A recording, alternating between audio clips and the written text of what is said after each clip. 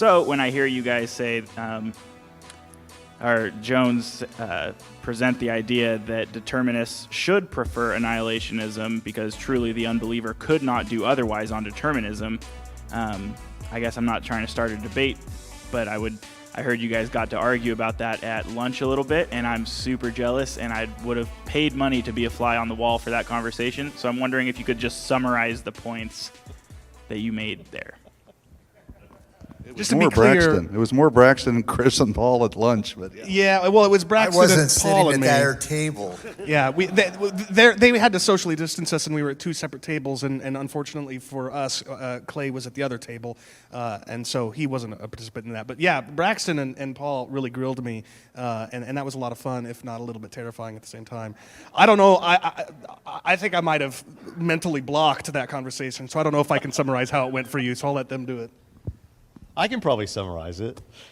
Chris was making a point, primarily, that I can do this fast. I think I can. Chris was making a point that that determinism as it exists among atheist naturalists, where it's like a chain of dominoes, the past history of the universe, your past life experiences, the formation of your neural structure to the firings of neurons in your brain, is all immediate cause and effect, one thing right after the other, that results in what we call your choices. And indeed, they are your choices, but they couldn't have been otherwise. They were determined. On theological determinism, it's still determinism, that your choices are still determined, but not in that direct causal chain. It's more like God is the author of a book, and so the characters in the book take certain actions, but it's not like a chain of dominoes. It's more like the author is crafting this story. And so I was telling him how I thought that didn't help his position at all. And he and Paul and I gave reasons why we thought that was dumb. And he gave reasons why he thought it was brilliant. Didn't use that and word. basically, we ate Italian food. He said a Yeah. bunch of smart things. Paul said a bunch of smart things. I said a bunch of blunt things, and that was the conversation. And I wasn't there. What I will say is this, though. It's interesting to me that the allegation is determinism might motivate annihilationism because, first of all, it didn't motivate mine. But secondly, amongst Christians en masse, the ones that are least likely to be annihilationists are determinists. Now, that might be because in the Reformed tradition, many of us uphold the Confessions, Westminster, London Baptist, and those are explicitly anti-conditionalist. But either way, for one reason or another, if the most pushback that you're likely to get from Christians against annihilationism is going to be in one of two places: the independent fundamentalist Baptists, because for them it's no creed but the Bible, which of course is a creed, and they don't pay attention to that. But the other one is Reformed people, the determinists. So I just thought that was a bit interesting that you thought, Dr. Jones, that might motivate annihilationism. Well, I think it might. Whether I agree with you that those in the Reformed tradition are going to mostly hold on to if you will, the traditional view of hell. I agree with that. But certainly, I think it doesn't take much to think through that if you're going to say that the lost have no choice in the matter when it comes to whether they're going to be saved or not, to think that they're going to, if eternal torment is true, to think that they're going to be eternally tormented. If I believed, that they have no choice, none, zero, zip, zilch, nada, I would be going, annihilation, I'd be a little bit more like, hey, we got to go there. So, I mean, if it didn't motivate Chris, that's great. I'm not saying it, but anyway. Well, I'd love to sick you on my fellow Calvinists then, because I have a real hard time convincing them of this view. So, how about the typical atheist question? How can God punish people eternally for finite sins committed during a temporal existence? Yeah, and in a sense, I think that this would go for the conditional view as well, because they also, as Chris said earlier tonight, believe that death and you never coming back to life is an everlasting punishment in that sense.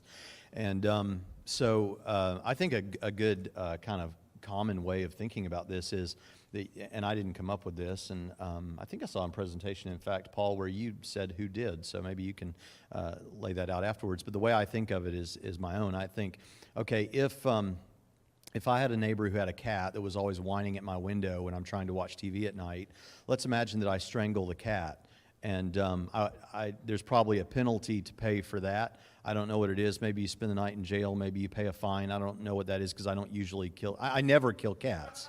Just want to make that clear. Some people might give you a reward for that. Yeah, maybe.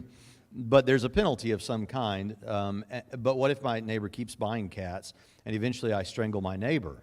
Well, there's a penalty for sinning against a cat, relatively small compared to a penalty for sinning against my neighbor, killing him that way, and that's equal to my own life. I may be in prison for the rest of my life. I may be killed, capital punishment, something like that. So you already see in yourself, if you do recognize that the cat is less valuable intrinsically than the man or the woman, then you recognize a stair step of intrinsic awareness of justice, such that what is the penalty for sinning against an everlasting God? Well, it would be an everlasting penalty.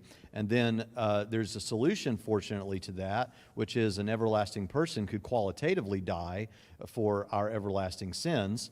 And that, to my mind, is how you get a God of ultimate love and ultimate justice to represent both of those things about himself in the person of Christ. And I think that works all right, but I've said a lot of theologically complicated things, and I'm probably about to get shot down for it. Well, speaking of, so this is, I've been taking shots at Drs. Copan and Jones for a while. Let me now turn my crosshairs on you. I felt it. I don't know. Well, it was as soon as I lifted the microphone up, I think. No, so as I've already said, I don't think that there's a logical inconsistency between everlasting torment and the justice and love of God, so I'm not trying to push this, but I've always been a little bit, or not always, for the past several months, as I've given the argument that you just offered further thought, it occurs to me there's something missing in that analysis, and that is it's focusing on the status of the offended party to the exclusion of the offender. So for, to do a similar thought experiment as you, let's say that I assault the president, right? There's going to be a pretty severe penalty for that. But what if my 12-year-old son assaults the president? Is he going to receive the same penalty that I will? Or what if my 7-year-old son punishes or assaults the president? Will he receive as great a punishment as my 12-year-old did? What if when my son was still a 2-year-old toddler, he assaulted the president? Would he receive the same penalty as even the 7-year-old?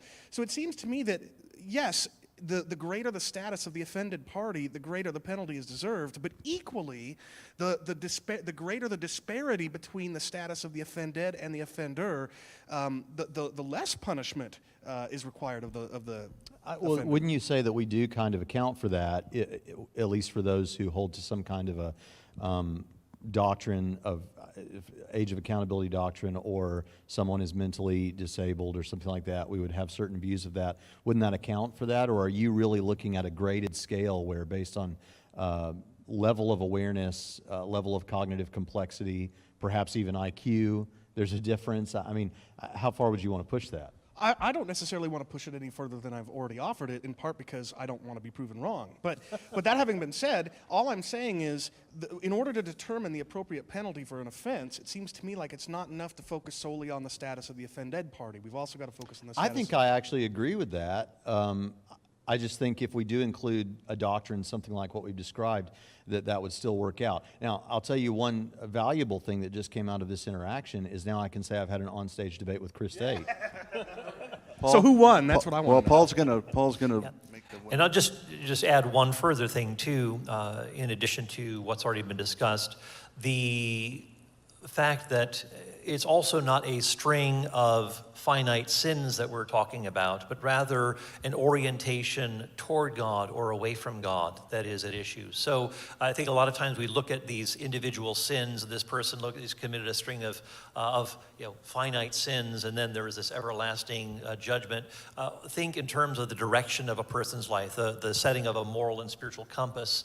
First of all, that this is the stage in which we do that. We set our compass toward or away from God. And so that's more of the issue that's at stake here, rather than just focusing on a string of finite sins during 70 or 80 years. Well, there you go, Chris. Paul won. You both lose.